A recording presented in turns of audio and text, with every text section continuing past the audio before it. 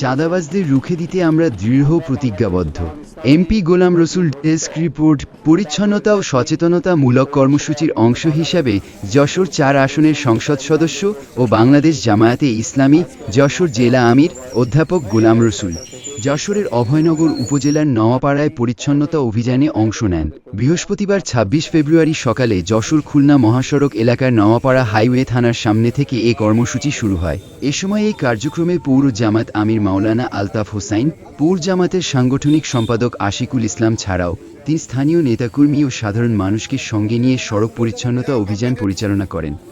পরে তিনি পায়ে হেঁটে বিভিন্ন স্থান পরিদর্শনের পাশাপাশি নিজেও পরিষ্কার পরিচ্ছন্নতা কার্যক্রমে অংশ নেন, যা এসে শেষ হয় অভয়নগর উপজেলা স্বাস্থ্য কমপ্লেক্স প্রাঙ্গণে। এ সময় এমপি গোলাম রসুল বলেন, চাঁদাবাজি ও অপরাধমুক্ত পরিবেশ গড়ে তুলতে সামাজিক আন্দোলনের বিকল্প নেই। সবাইকে ঐক্যবদ্ধ হয়ে অন্যায় প্রতিরোধে এগিয়ে আসার আহ্বান জানান তিনি। সাথে সাথে এখানে যে সমস্ত টিগার বা সিএনজি বা ইজি বাইক স্ট্যান্ডগুলো আছে, আমরা একটা স্ট্যান্ডে দেখেছি আমাদের স্বাধীনতা চত্বরের পাশে শুকনগরের দিকে যে সিএনজিটা যায়, সেই সিএনজির প্রতিটা সিএনজির কাছ থেকে 50 টাকা করে চাঁদা কালেকশন করা হয়। একজন ব্যক্তি চাপ সৃষ্টি করে তারা সেখানে চাঁদা নেয়, যেটা অত্যন্ত অমানবিক এবং যেটা আইনের দৃষ্টিতে অবৈধ।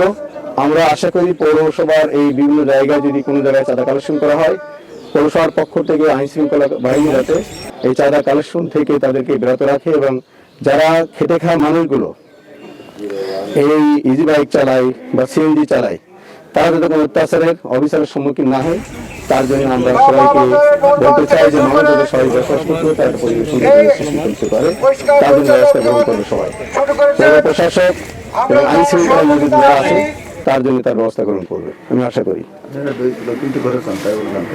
আমি হাইওয়ে পুলিশ ফাঁড়ি থেকে মানে হাইওয়ে পুলিশ ফাঁড়ি থেকে শুরু করে নূরবাগ হয়ে আমি স্বাধীনতা চত্বর হয়ে সুধা নওয়াপাড়া হাসপাতালের গেটে এখন সাধারণ জনগণকে সামনে নিয়ে কিছু কথা বলছি। প্রায় 1.5-2 কিলোমিটার পথ আমি হেঁটে পৌরসভার এই সমস্ত অঞ্চলগুলো আমরা দেখেছি।